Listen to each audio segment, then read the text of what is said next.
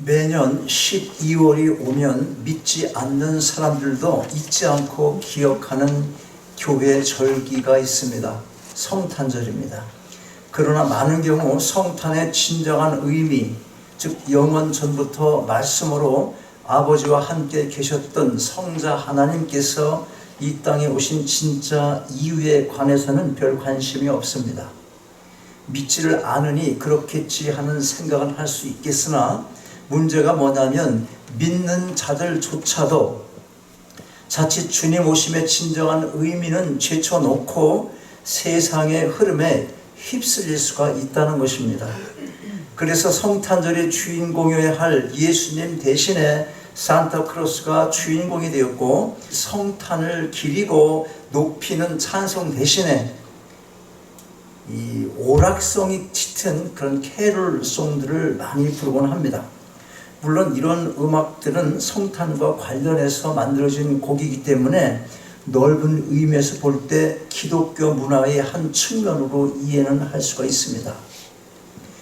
문제가 뭐냐면 세월이 흐르면서 점점 더 성탄의 본질적 의미는 사라지고 세속화되어 가고 있다는 것입니다. 더 나아가서 단순한 세속화를 넘어서 반기독교적인 문화나 정서가 너무나 팽배합니다. 우리가 살고 있는 여기 미국은 지난 4년 트럼프 대통령이 기독교를 지지하고 보호하는 덕분에 좀 나아지긴 했지만 여전히 그러한 안티 현상들이 적지 않습니다. 그렇다면 우리가 절대로 놓치지 말아야 할 성탄의 진정한 의미, 그게 과연 무엇이겠습니까? 성탄의 의미를 여러 가지로 말할 수 있겠으나 특별히 오늘 본문과 관련해 한마디로 말하자면 임마누엘, 즉 하나님이 우리와 함께 계시다입니다.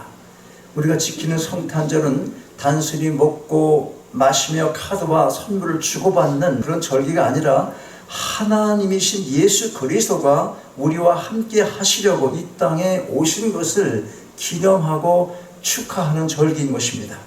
요한복음 1장 14절은 이렇게 기록합니다.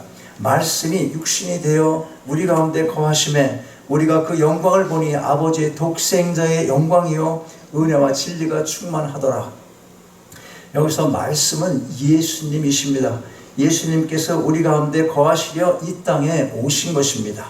그 예수님이 누구이십니까? 요한복음 1장 1절 이렇게 말씀합니다. 태초에 말씀이 계시니라. 이 말씀이 하나님과 함께 계셨으니 이 말씀은 곧 하나님이시니라. 말씀이 있었는데 그 말씀은 하나님과 함께 계셨다. 그런데 그 말씀은 하나님이시다. 인간의 생각으로는 온전히 이해가 불가능한 것입니다. 왜냐하면 우리가 살고 있는 이 세상에서 볼 수 있는 존재 방식이 아니기 때문에 그렇습니다. 우리는 하나 더하기 하나는 둘이고 하나 더하기 둘은 셋이라는 세상의 계산 법칙으로 이해하는 것에 너무도 익숙해져 있습니다. 그러나 하나님의 법칙에서는 꼭 그렇게 계산되는 것이 아닙니다. 우리가 30배, 60배, 그 다음에 몇 배로 갔으면 좋겠어요? 여러분 30배, 60배, 그 다음 몇 배로 갔으면 좋겠어요? 120배. 90. 120. 성경이 어떻게 가냐고. 100배. 달게 가잖아. 30배, 60배, 그 다음 또 30을 더 가고 90배, 또 120배 뭐 이렇게 가야 되는데 어떻게 갔어? 100으로 가. 우리의 계산하고는 하나님의 계산 방법은 다르신 거예요. 생각하는 자체가 틀리고 우리는 그런 원리를 이 땅에서 볼 수 없기 때문에 이해가 되지 않는 거예요. 하나님이시면서 성자 하나님이시면서 하나님과 함께 계신 분, 또 성령님께서도 하나님이시죠. 삼위일체란 말이죠. 그러니까 삼위가 있는데 한 분으로 존재한다는 게 여러분 이해가 갑니까? 그러니까 뭐가 필요한 거예요? 그래서 믿음이 필요한 것입니다. 그래서 믿음이 필요한 거예요. 그런 게 어딨어? 그렇게 말하잖아 사람들이. 지옥이 어딨어? 천국이 어딨어? 죽으면 끝이지.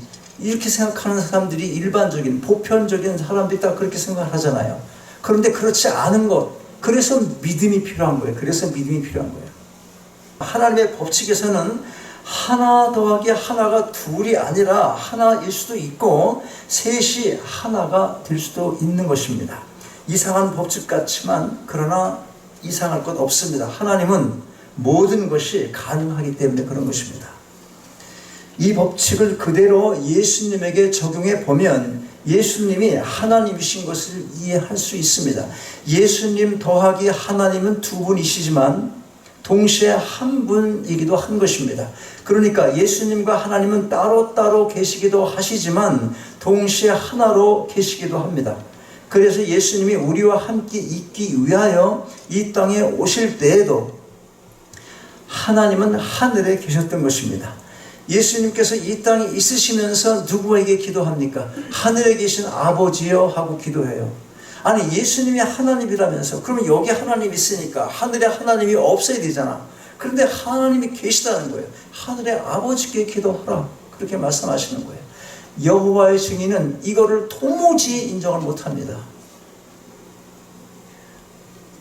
우리 보고 말하는 거예요. 예수가 하나님이라고 그렇게 당신들이 말하지 않습니까? 그렇다고. 그러면 그 하나님이 여기 있으니까 하늘에 아무도 없을 거 아니냐는 거예요. 하나님이. 삼위일체를 이해하지 못하는 거예요. 함께 계실 수도 있고 따로 떨어져 있을 수도 있고 그거를 이해하지 못하는 것이에요. 전혀 이해 못합니다. 그러니까 예수는 그냥 하나님이 아니고 그냥 인간이라고 그들은 믿고 있는 것입니다. 그래서 이단인 거예요. 그래서 이단이에요. 그런데 예수를 인간이라고 생각하는 그런 종교단체, 이단성이 있는 단체는 우리보다 훨씬 더 윤리적인 삶을 살아. 굉장히 열심을 내고 아주 사람들이 깨끗하게 살아. 그 참 희한하지. 우리가 지저분하게 살아. 예수 믿는 사람들이 일반 개신교에서 예수 믿는 사람들이 더 엉망으로 살아. 몰몬교라든지 여호와의 증인들 너무 깨끗하게 살아. 그 왜 그럴까요? 이거 우리가 고민해 봐야 되는 거예요. 항상. 그냥 믿으면 된다고 그랬으니까 그렇죠. 그래 바로 그거예요. 우리는 믿으면 된다고 믿기만 하면 구원 받는다고 하는 것 때문에 우리의 삶이 그렇게 살아지지 못하는 거예요. 결단이 없어요. 그런데 분명한 것은 온전한 믿음은 올바른 삶을 이끌어 간다는 거예요. 그만한 능력이 있는 게 믿음이에요. 그 믿음으로 하나님께서 그 믿음을 통하여 역사하기 때문에 그런 것입니다. 아무렇게나 살면서 나는 하나님 믿어, 나 구원 받았네, 그렇게 생각하면 안 된다는 거예요. 그래서 세상 사람들이 그거 보고 욕을 하는 것입니다. 믿으려면 제대로 믿어라. 그 사람들도 그렇게 말할 거라고. 너하고 나하고 다른 게 뭐가 있다고 나보고 교회 가자 그래. 그럼 왜 믿는데? 그렇게 말할 수 있다는 거예요. 자, 다시 한번 말씀드리지만, 그러니까 예수님과 하나님은 따로따로 계시기도 하지만 동시에 하나로 계시기도 합니다. 그래서 예수님이 우리와 함께 있기 위해서 이 땅에 오실 때에도 하나님은 어디에 계셨어? 하늘에 계셨다는 것이에요. 성자 하나님이신 예수님이 우리와 함께 거하기 위해 이 땅에 오신 것이 바로 성탄이 가지고 있는 의미인 것입니다. 그런데 여기서 질문 하나가 생깁니다. 중요한 질문입니다. 그게 뭐냐면 왜 예수님이 오셨냐는 것이에요. 앞에서 말씀드렸듯이 예수님은 하나님이십니다. 우주 만물을 창조하신 위대하신 하나님께서 있을 곳이 없어서 이 땅에 오셨겠습니까? 같이 지낼 사람들이 없어서 오셨어요? 너무 외로워서 여기 오셨습니까? 하늘나라에 얼마나 화려하고 영광스러운 것입니까? 하늘나라가 얼마나 영광스럽고 화려한 곳이에요. 거기 천사들이 얼마나 많이 존재합니까? 많은 천사들이 있습니다. 하나님은 그곳에서 최고의 자리에 계신 분입니다. 그런 분이 무엇이 아쉬워서 이 보잘것없는 땅 위에 비천한 사람의 옷을 입고, 우리처럼 비천한 사람의 옷을 입고 이 땅에 오셨어요. 왜 오셨습니까? 매해 성탄절기를 맞이할 때마다 특별히 우리가 생각해 보아야 할 것이 바로 이것입니다. 왜 그분께서 비천한 인간의 옷을 입고 하나님이신데도 불구하고 우주를 창조하신 그분임에도 불구하고 이 땅에 오셨냐 하는 것입니다. 왜 하나님이 그 영광스러운 보좌를 버리시고 인간에게 오셨는가? 여러분, 세상에는 많은 종교가 있습니다. 그리고 모든 종교를 크게 두 가지로 나눕니다. 하나는 인간이 신을 찾아가는 종교입니다. 인간이 왜 신을 찾아갑니까? 자신의 부족과 무능을 깨닫기 때문에 그런 것입니다. 그래서 그것을 채워보려고 신을 찾아가는 것입니다.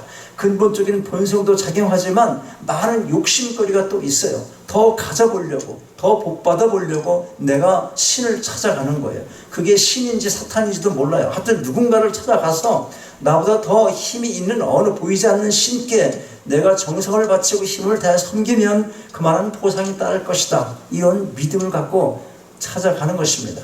하다못해 무당을 찾아가서라도 점을 보는 거예요. 복을 빌어달라고 구슬하기도 하고, 또 종교성이 강한 사람들은 고행을 하고 참선을 하기도 합니다. 인간 편에서 노력을 하며 정성을 다하는 거예요. 세상에 있는 종교들이 다 이런 범위에 속합니다. 인간의 힘과 노력으로 신을 찾는 것입니다. 자신이 노력한 만큼 필요가 채워질 것을 기대하고, 그리고 마음의 위로를 얻는 것입니다.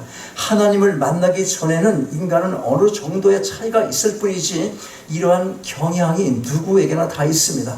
종교성을 가지고 있기 때문에 그런 것입니다. 그래서 인간이 신을 찾아갑니다. 가장 중요한 게 뭐냐면 인간은 영혼을 사모하는 마음이 다 있다는 것이에요. 우리에게. 죽음 앞에 선 자들이 무당 안 찾아가겠습니까? 평상시에 무슨 그런 신이 있냐고, 그런 무당을 왜 찾아가냐고, 또 교회 하나님을 왜 믿냐고 그렇게 무기던 사람들이 내가 죽을 날이 앞에 있고 금방, 아니면 내 사랑하는 이가 금방 눈을 감아야 되는 이런 현실 앞에서 누구를 부르짖겠어요? 누구를 찾아가는 거. 그게 뭐라고 그래? 영혼을 사모하는 마음이 우리에게 있다는 거예요. 그리고 인간에게 있는 종교성으로 말미암아 신을 찾아가는 것입니다. 이렇게 인간이 신을 찾아가는 것, 또 하나는 신이 인간에게 찾아오는 종교가 있습니다. 인간 스스로의 노력과 힘으로는 자기를 구원할 신을 찾으려고 해도 찾을 수가 없습니다. 이것은 인간의 본성이 타락했기 때문에 그런 것입니다. 그래서 그분 자신이 인간을 찾아오십니다. 신이신 그분이 인간을 찾아오시는 거예요. 그리고 인간의 궁극적인 필요를 채워주십니다. 이것이 우리 기독교입니다. 기독교는 인간의 신을 찾는 종교가 아니라 하나님이 인간을 찾아오시는 종교입니다. 자, 그러면 찾아오셔서 무엇을 해주십니까? 왜 찾아오십니까? 죄에서 구원을 얻게 해주십니다. 우리를 그냥 두면 다 죄로 인해 멸망을 받고 지옥에 갈 것을 안타깝게 여기셨습니다. 그래서 우리를 찾아오셔서 구원하시기로 하신 것입니다. 왜냐하면 죄가 있는 인간으로서는 그 누구라도 다른 인간을 구원을 시킬 수가 없기 때문에 그런 것입니다. 다 똑같은 죄인인데 누가 누구를 구원할 수 있겠습니까? 석가모니가 우리를 구원하기 위해서 절에 들어가서 도를 닦았습니까? 공자, 맹자가 인간에게 있는 영혼을 사모하는 마음, 그럼에도 죽고 있는 저 불쌍한 인간들을 위해서 그들이 항모를 닦고, 공자, 맹자, 노자, 많은 사상가들이 그렇게 연구를 했냐 이거예요. 그리고 그 많은 성자라는 사람들이 우리 죄를 위해서 대신 죽었다는 것을 들어본 적이 있으십니까? 아무도 우리를 위해서 죽은 사람이 없어요. 오직 하나님이신 그분이 이 땅에 오셔서 우리 죄를 대신 안고 돌아가신 분, 예수 그리스도밖에는 없는 것입니다. 죄가 있는 인간을 구원하려면 죄가 없으신 분이 있어야 하기 때문에 그분께서, 하나님께서 이 땅에 오신 것입니다. 그리고 그 죄 없는 분이 인간의 모든 죄를 대신 안고 그 죄의 대가로 죽으신 것입니다. 그래서 하나님은 당신의 독생자 예수님을 이 땅에 보내기로 계획을 하신 것입니다. 이 사실을 본문 21절은 이렇게 말하고 있습니다. 아들을 낳으리니 이름을 예수라 하라. 이는 그가 자기 백성을 저희 죄에서 구원할 자이심이라. 그렇습니다. 예수님은 우리를 죄로부터 구원하기 위해서 이 땅에 오셨습니다. 그런데 이 땅에 오시려면 우리와 같은 몸을 입어야 했습니다. 그리고 우리의 죄를 대신 지시고 십자가에서 죽으셔야만 했습니다. 이 사실을 빌립보서 2장 6절 이하에서 이렇게 말합니다. 그는 근본 하나님의 본체시나 하나님과 동등됨을 취할 것으로 여기지 아니하시고 오히려 자기를 비워 종의 형체를 가져 사람들과 같이 되었고 사람의 모양으로 나타나셨으며 자기를 낮추시고 죽기까지 복종하셨으니 곧 십자가에 죽으심이라. 창조주신 하나님께서 우리와 같은 피조물인 사람이 되는 것은 보통 일이 아닙니다. 인간으로 오시는 그 자체도 어려운 일인데 죄 없으신 분이 십자가에서 죽는 일은 얼마나 더 어렵겠습니까? 그런데도 이 일을 하기 위해서 성부 하나님과 함께 말씀으로 존재하셨던 성자 하나님이 우리와 같은 인간의 몸을 입고 이 땅에 오신 것입니다. 놀라운 은혜인 것입니다. 그래서 우리가 찬양을 합니다. 나 같은 죄인 살리신 그 은혜 놀라와 잃었던 생명 찾았고 광명을 얻었네. 여러분, 하나님께서 우리를 죄악에서 건지시기 위해 인간의 옷을 입으시고 이 땅에 내려오셔서 우리와 함께 거하시는 것, 이것이 바로 성탄의 진정한 의미인 것입니다. 오늘 본문 23절 말씀이 바로 이 사실을 증거합니다. 23절 같이 한번 읽겠습니다. 23절 시작.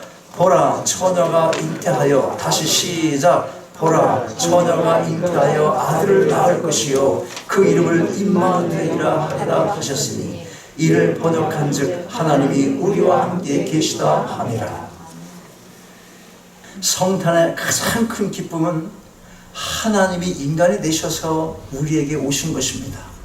높고 높은 영광스러운 보좌를 버리시고 낮고 천한 인간의 모습을 입고 우리와 함께 거하시기 위해서 이 땅에 오신 이 사건은 우리에게 너무도 큰 은혜가 아닐 수 없습니다. 성탄절기를 맞이하여 여러분 모두가 겸손히 낮아져서 주님 오심의 참된 의미를 다시 한번 마음에 새기실 수 있길 바랍니다. 그리하여 임마누엘의 하나님, 그분만으로 만족하는 가운데 여러분 모두의 가정 위에 하늘의 평화가 임하고 하나님의 은혜가 더욱더 충만하게 되기를 주님의 이름으로 축원합니다. 아버지 하나님, 성탄주의를 맞이하여 주님께서 이 땅에 오신 진정한 의미를 다시 한번 마음에 새기게 하심을 감사드립니다. 영원한 형벌 가운데 살아갈 수밖에 없는 저희 인생을 불쌍히 여기셔서 하늘 보좌를 버리시고 우리와 함께 하시려 낮아져 이 땅에 오신 한량없는 은혜를 입었사오니 은혜 입은 자의 합당한 삶을 살아가기 원합니다.